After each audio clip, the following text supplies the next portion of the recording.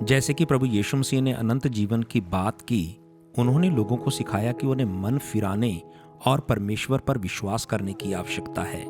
उन्हें यह जानना आवश्यक है कि उनके पाप उन्हें दोषी ठहराते हैं। निकोदेमुस जैसे लोगों को यह समझने की आवश्यकता है कि उनका भला होना और उनके भले कार्य उनको नहीं बचा सकते हैं। प्रभु यीशु मसीह ने सिखाया कि जिस प्रकार उजाड़ में मूसा ने सांप को ऊंचे पर टांग दिया था, उन्होंने सिखाया कि मनुष्य का पुत्र भी ऊंचे पर उठाया जाएगा और जो कोई उस पर विश्वास करेगा वह नाश नहीं होगा बल्कि बचाया जाएगा। अनंत जीवन का इनकार करना अनंत मृत्यु को चुनना है। प्रभु यीशु मसीह ने सिखाया कि नरक एक वास्तविक स्थान है और वहां पर पीड़ा है और परमेश्वर से अलग होना है। प्रभु यीशु मसीह ने लोगों को सिखाया कि यदि वे लोग विश्वास नहीं करते कि वह परमेश्वर का भेजा हुआ मसीहा है तो वे नाश हो जाएंगे।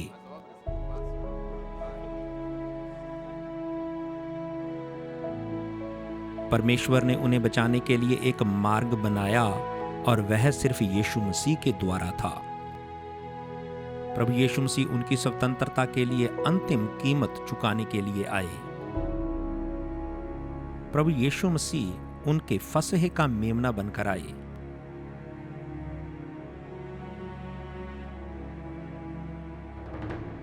फसह के पर्व पर प्रभु यीशु मसीह जानते थे कि यहूदा इस्करियोती, जो कि 12 शिष्यों में से एक था, क्या करने वाला है।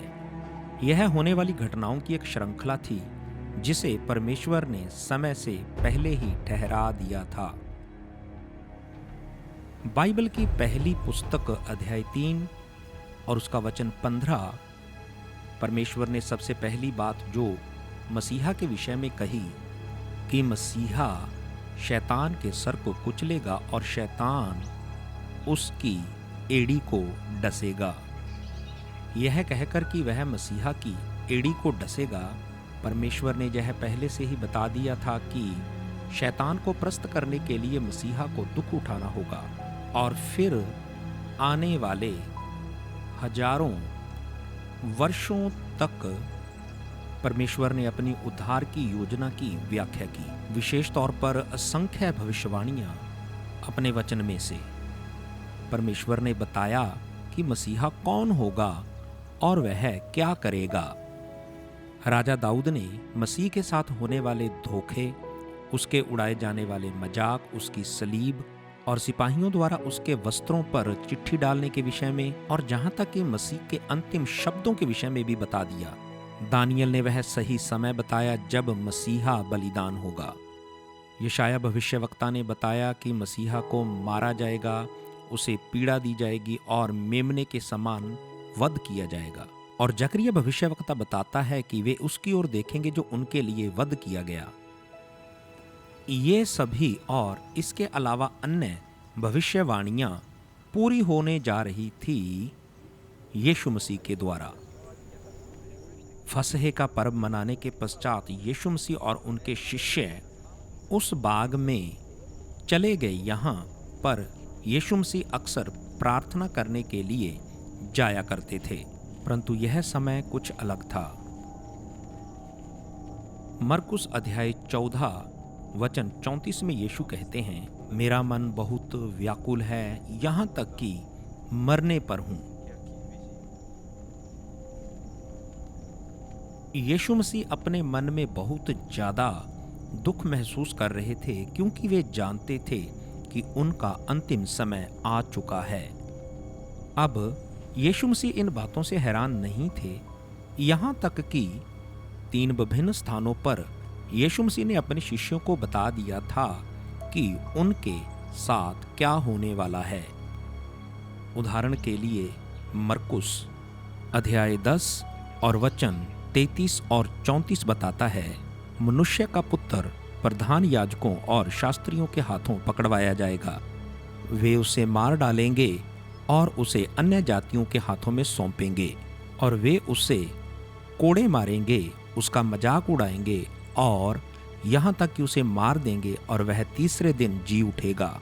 यीशु जानता था कि वह अत्यधिक दुख और मृत्यु को झेलने पर है।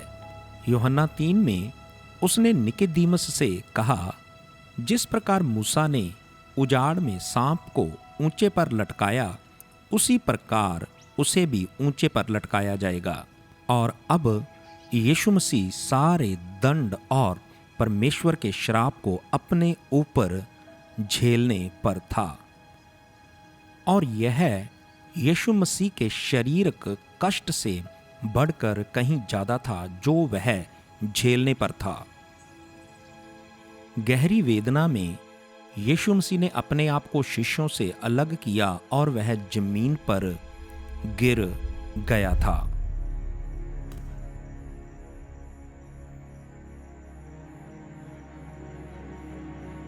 उसने यह कहकर प्रार्थना की, हे पिता, तू सब कुछ कर सकता है, यदि हो सके तो यह प्याला मुझसे हटा ले, परंतु फिर भी मेरी नहीं तेरी इच्छा पूरी हो। उस रात यीशु मसीह ने 3 बार प्रार्थना की और पिता के सामने विनती की कि यदि पाप के समाधान और मनुष्य को बचाने का कोई और मार्ग हो तो वह उस कष्ट से बच जाएगा जो वह झेलने पर था। परंतु और कोई मार्ग नहीं था। कोई धार्मिक अनुष्ठान, कोई भले कार्य और कोई धार्मिक यात्रा, कोई रीति रिवाज, कोई संस्कार यह नहीं कर सकता था, क्योंकि सभी ने पाप किया है और पाप की मजदूरी मृत्यु है और किसी को वह कीमत चुकानी होगी। यीशु जानता था कि मानवता को बचाने के लिए उसे मरना होगा।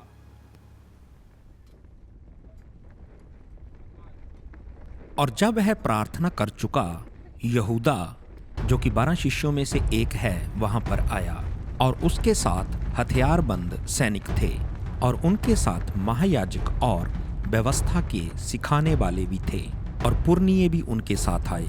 यहूदा इस्करियोती जो कि 12 शिष्यों में से एक था, उसे पैसे दिए गए ताकि वह यीशु मसीह को पकड़वाए और उनके हाथों में सौंप दे।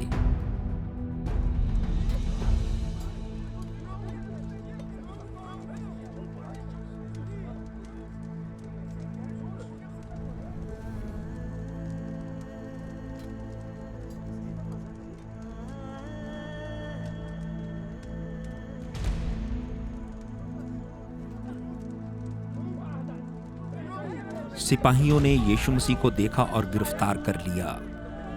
यीशु मसीह ने उनसे कहा, तुम तलवारें और लाठियां लेकर मुझे गिरफ्तार करने आए हो, क्या मैंने कोई बलवा किया? मैं आराधनालय में हर रोज तुम्हारे साथ था और उपदेश दिया करता था और तुमने मुझे गिरफ्तार नहीं किया, परंतु ये सब हो रहा है इसलिए ताकि भविष्यवाणियां पूरी हों।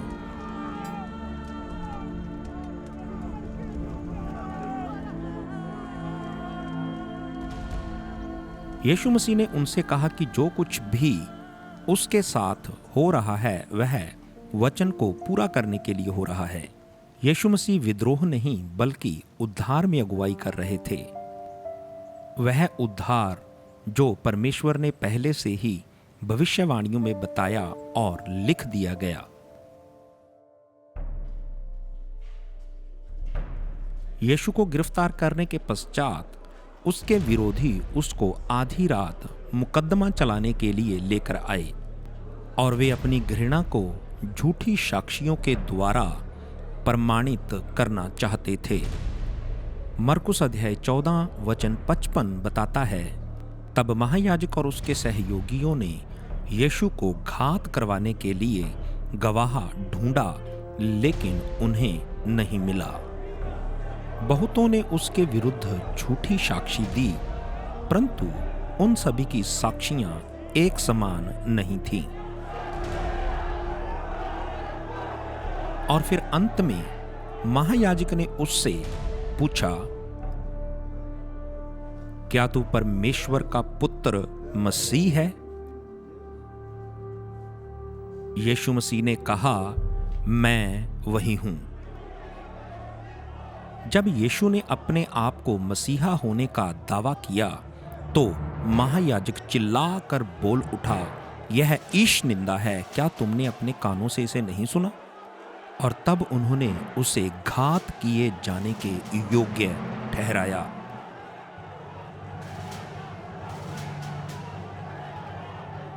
और अगली सुबह वे उसको पिलातुस के पास ले गए और वे उसे राजा हेरोदेस के पास भी लेकर गए।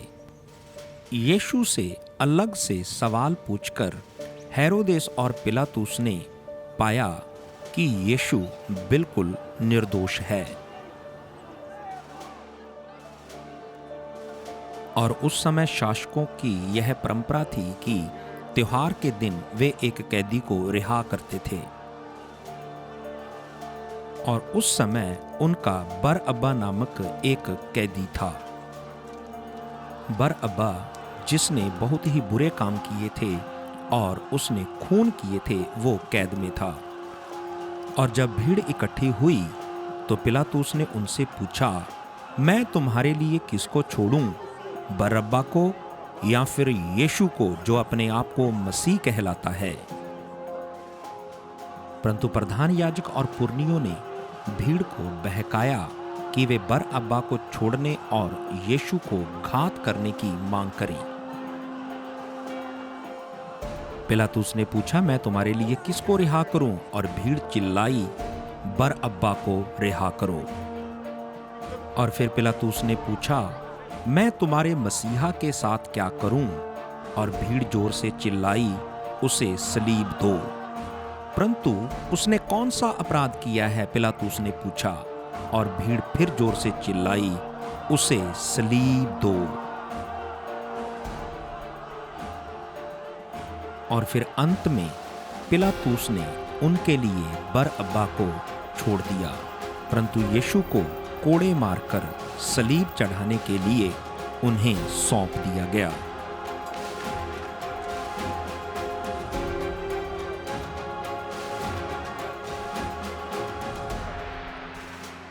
बरअब्बा हत्यारा और कानूनन अपराधी था, परंतु यीशु मसीह परमेश्वर का संपूर्ण पुत्र था।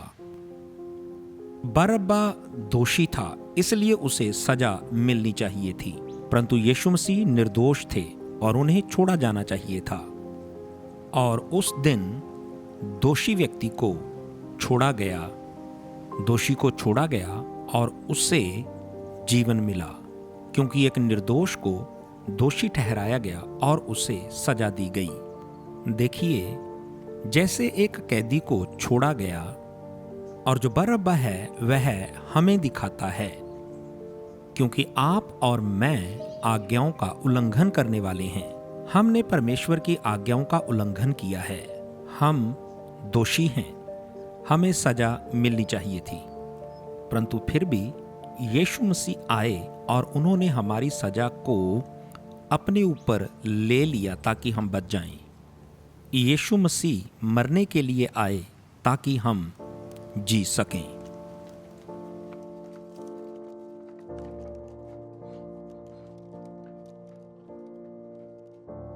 इससे पहले कि यीशु मसीह को सलीब पर चढ़ाया जाता, पिलातुस ने आदेश दिया कि उसे कोड़े मारे जाएं, जो कि बहुत दर्दनाक था। कोड़ा चमड़े का बना होता था और उसके छोर पर नुकीले पंजे थे। जब कोड़ा मारा जाता तो बहुत दर्द होता था। जब कोड़ा मारा जाता तो वह अपने साथ मांस निकाल लेता और हड्डियों का चूरा बना देता था। और कई लोग कोड़ों की मार को ना झेल सके और वो मर गए।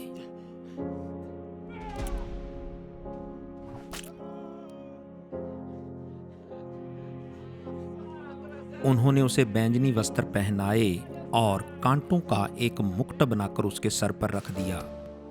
वे उसका ठट्ठा उड़ाते और उसे कहते, हे यहूदियों के राजा प्रणाम। और वे उसके सिर पर बेंत मारते और उसके मुंह पर थूक रहे थे। और वे उसके आगे घुटने टेक कर उसका मजाक उड़ा रहे थे।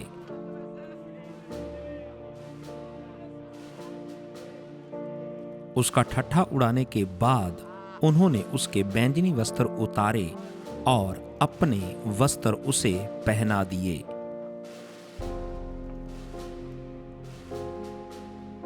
और फिर वे उसे बाहर ले गए ताकि उसे सलीब पर चढ़ाया जा सके। सुबह 9 बजे उन्होंने यहूदी बढ़ई की बाहों को फैला दिया। ये वही हाथ थे जिन्होंने कोढ़ियों को शुद्ध किया। ये वही हाथ हैं जिन्होंने समाज से ठुकराए हुए लोगों को स्पर्श किया था, परंतु अब उनमें कीलें ठोकी जा रही थी। पर क्यों? क्या यीशु मसीह से रोक नहीं सकते थे? क्या ये वही हाथ नहीं थे जिनके द्वारा उसने दुष्ट आत्माओं को आज्ञाएं दी थी? क्या ये वही पैर नहीं हैं जो पानी पर चला करते थे? हाँ, ये वही पैर थे। हाँ, यीशु मसीह उन्हें रोक सकते थे, परंतु उसने ना रोकना चुना। भले ही उन्होंने उसके पैरों में कीलें ठोकी, परंतु ये आपका प्रेम है जो उसे वहां पर बांधे हुए था। और जैसे ही कील नसों में धंसती तो वहां से लहू टपकने लगता था और उसका पूरा बदन दर्द कर रहा था। और यीशु ने कहा, हे पिता, इन्हें क्षमा कर, क्योंकि ये नहीं जानते ये क्या कर रहे हैं।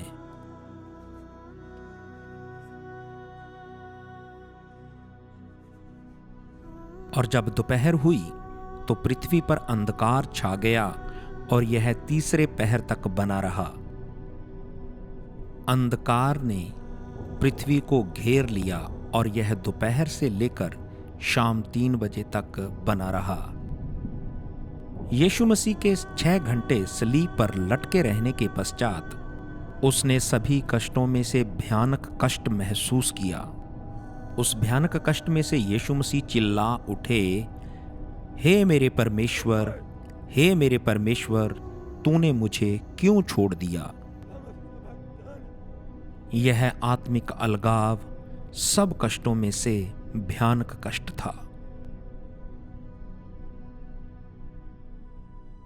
दूसरा कुरिन्थियों अध्याय 5 वचन 21 बताता है कि उसने जो पाप से अनजान था हमारे लिए उसे पापी ठहराया। यीशु मसीह जो पाप से अनजान था उसने हमारे पापों को अपने ऊपर ले लिया। यशाया अध्याय 53 बताता है कि परमेश्वर ने हम सब के अपराधों को उसके ऊपर डाल दिया। और फिर परमेश्वर ने हम सब के पापों और अपराधों को लेकर अपने पुत्र यीशु पर डाल दिया। यशाया अध्याय 53 वचन 5 बताता है, हमारे ही अपराधों के कारण वह घायल हुआ, हमारे अधर्म के कामों के कारण वह कुचला गया और हमारी शांति के लिए उस पर ताड़ना हुई। ध्यान दीजिए, यीशु मसीह ने कहा, हे मेरे परमेश्वर। उसने ये नहीं कहा, हे मेरे पिता। सलीब के ऊपर यीशु मसीह हमारा स्थान ले रहे थे। परमेश्वर के क्रोध को दफना दिया गया और आपके और मेरे जैसे अपराधियों को यह अधिकार मिला कि हम उसे कह सकें, हे हमारे पवित्र पिता। सब कुछ जानने के बाद यीशु मसीह ने ऊंची आवाज में कहा, सब कुछ पूर्ण हुआ।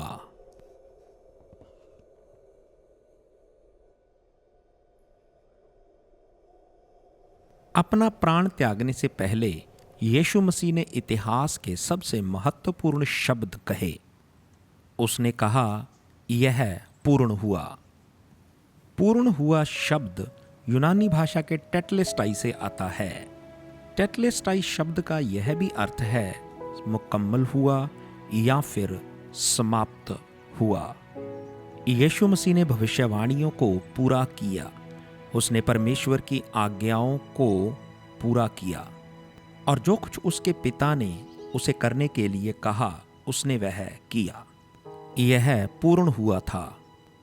टेटलेस्टाई शब्द का एक और अर्थ है पूर्ण कीमत अदा करना, और इसमें इसे कानूनन रूप से अदा करना है।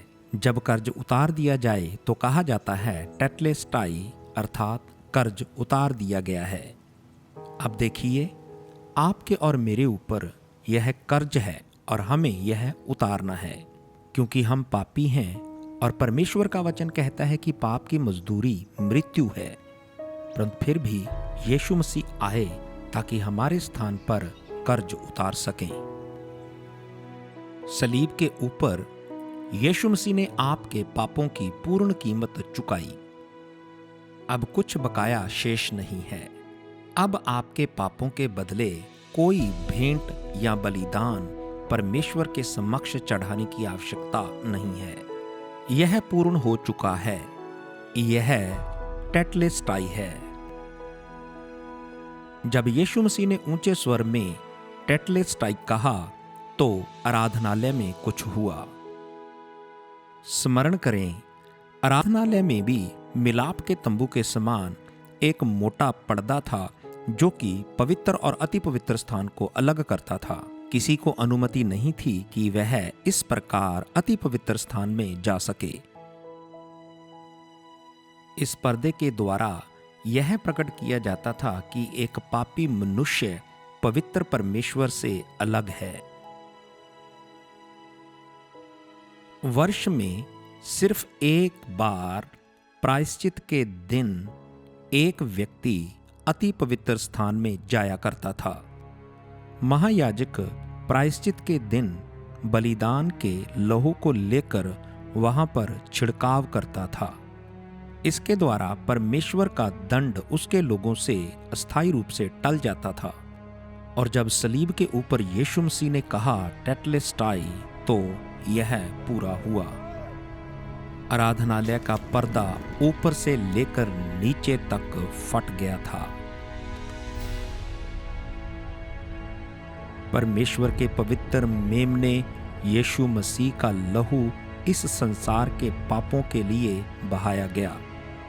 यीशु मसीह अंतिम बलिदान था और इस प्रकार प्रायश्चित हुआ, हमेशा के लिए, अस्थायी रूप से नहीं, स्थायी रूप से। और परमेश्वर का दंड हमारे ऊपर से हटाया गया और वह पर्दा जो मनुष्य को परमेश्वर से अलग करता था वह ऊपर से लेकर नीचे तक फट गया। यीशु मसीह के बलिदान के कारण अब हम जैसे पापियों के पास यह अधिकार है कि हम पवित्र परमेश्वर के पास जा सकें।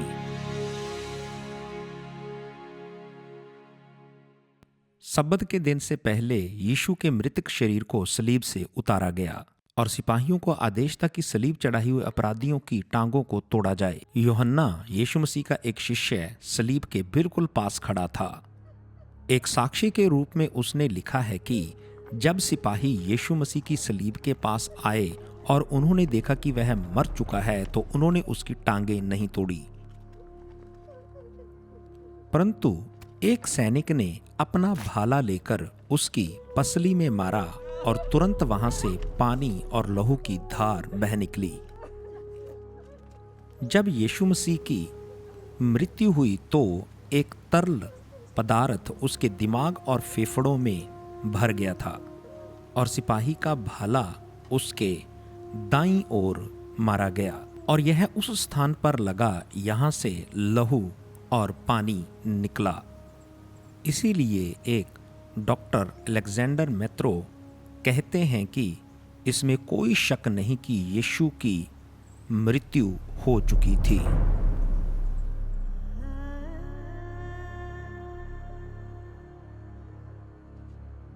यीशु की मृत्यु के पश्चात यूसुफ, जो कि यीशु का एक अनुयायी था, वह निकोदेमुस के साथ पिलातुस के पास यीशु की मृतक देह को मांगने गया।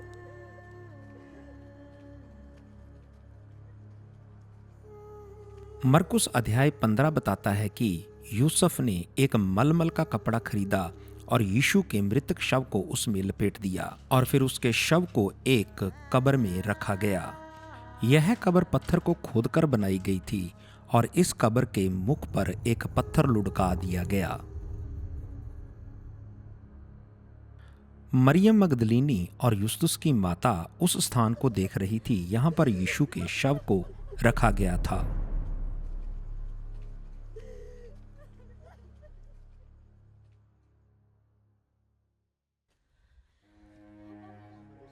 सप्ताह के पहले दिन वे यीशु के शव के ऊपर सुगंधित द्रव्यों को मलने के लिए कब्र के पास आईं।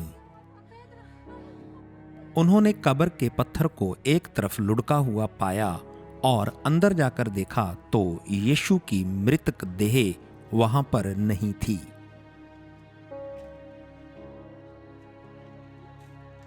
जब वे आपस में बात कर ही रही थी तो परमेश्वर का एक स्वर्गदूत चमकता हुआ वहां पर प्रकट हुआ और उसने उनसे कहा, तुम विलाप मत करो, क्योंकि तुम जिसको ढूंढ रही हो वह मृतकों में से जी उठा है।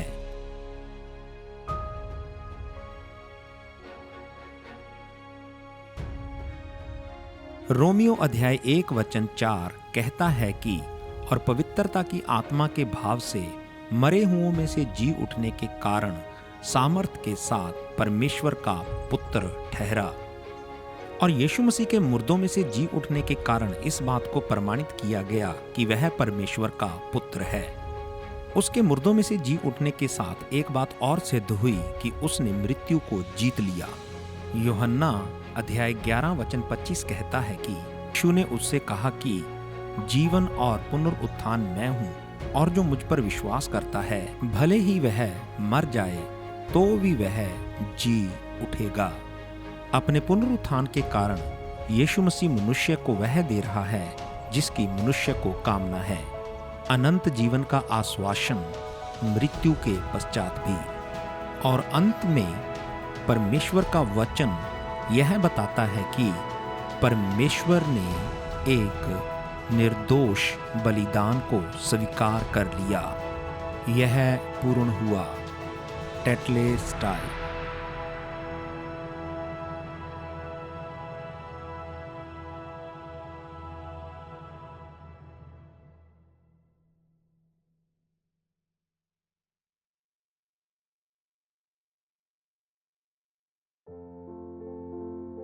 बरअब्बा दोषी था और उसे सजा मिलनी चाहिए थी, और यीशु मसीह निर्दोष था और उसे छोड़ दिया जाना चाहिए था। परंतु फिर भी उस दिन बरअब्बा को छोड़ा गया और यीशु मसीह को सलीब चढ़ाने के लिए सौंप दिया गया। देखिए, बरअब्बा आपकी एक तस्वीर है। आप भी परमेश्वर के समक्ष दोषी हैं और आपको सजा मिलनी चाहिए, परंतु फिर भी परमेश्वर ने अपना निर्दोष पुत्र दे दिया ताकि आप छोड़ दिए जाएं।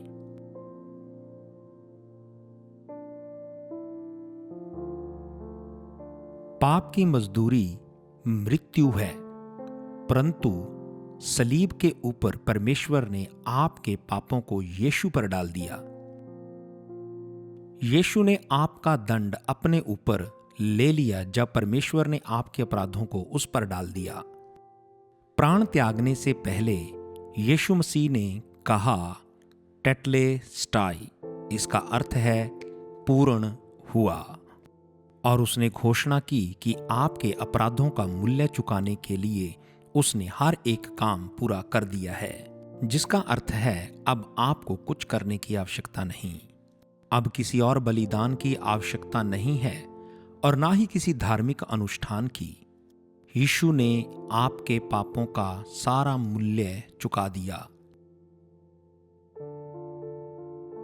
आराधनालय में एक मोटा पर्दा था जो कि मनुष्य को अति पवित्र स्थान में जाने से रोकता था, और साल में एक बार सिर्फ एक ही व्यक्ति परमेश्वर के सामने अति पवित्र स्थान में जाता था।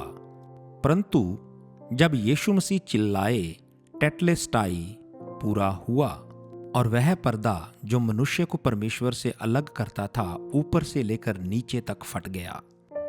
यह दर्शाता है कि यीशु के बलिदान के कारण आपके पास यह अधिकार है कि आप अति पवित्र स्थान में जा सकते हैं।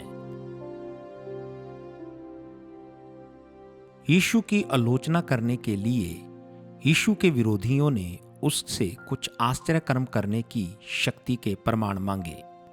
यीशु ने उनसे कहा कि मैं जो हूं इसे प्रमाण करने के लिए यह अंतिम निशान होगा।